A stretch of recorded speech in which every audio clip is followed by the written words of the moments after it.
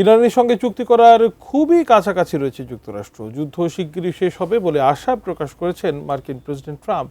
দুদেশকে আলোচনার টেবিলে আনতে প্রচেষ্টা অব্যাহত রেখেছে পাকিস্তান। পরবর্তী বৈঠকটি এই সপ্তাহান্তে অনুষ্ঠিত হতে পারে।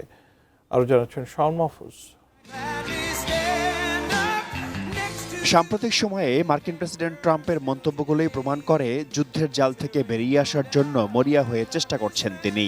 নেভাদা অঙ্গরাজ্যের লাস ভেগাসে এক অনুষ্ঠানে ট্রাম্প বলেছেন, ইরানের সঙ্গে যুদ্ধ সাফল্যের সঙ্গে এগোচ্ছে, এটি শিগগিরই শেষ হবে। তিনি বলেন, যুদ্ধের অগ্রগতি সন্তোষজনক এবং পরিস্থিতি দ্রুত শেষের দিকে যাচ্ছে। I will say the war in Iran is going along swimmingly.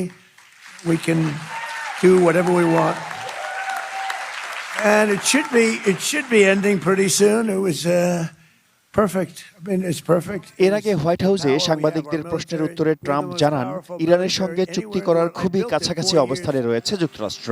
Tehran তাদের সমৃদ্ধ ইউরেনিয়াম হস্তান্তর সহ প্রায় সবকিছুতেই রাজি হয়েছে বলে দাবি করেন তিনি। যদি ইরানের সাথে চুক্তি সম্পন্ন হয় এবং ইসলামাবাদে তা স্বাক্ষরিত হয়, তবে পাকিস্তানে যেতে পারেন বলেও জানান প্রেসিডেন্ট ট্রাম্প।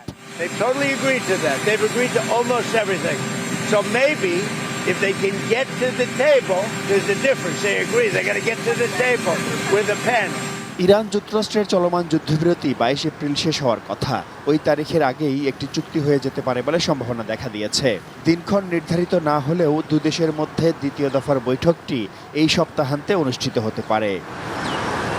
বিবদমান দুপক্ষকে আলোচনার টেবিলে ফেরাতে চেষ্টা অব্যাহত রেখেছে পাকিস্তান। যুক্তরাষ্ট্রের বার্তা পৌঁছে দিতে ইরানের প্রেসিডেন্ট মাসুদ পেজেশকিয়ানের সঙ্গে দ্বিপাক্ষিক বৈঠক করেছেন পাকিস্তানের সেনাপ্রধান ফিল্ড মার্শাল আসিম মনির।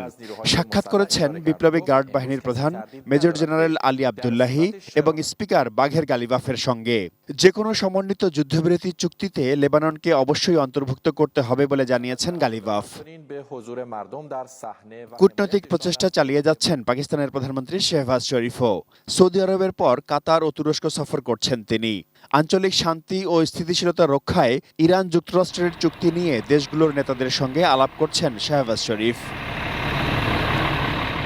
Shaon Mahfuz, desk report, ATN news.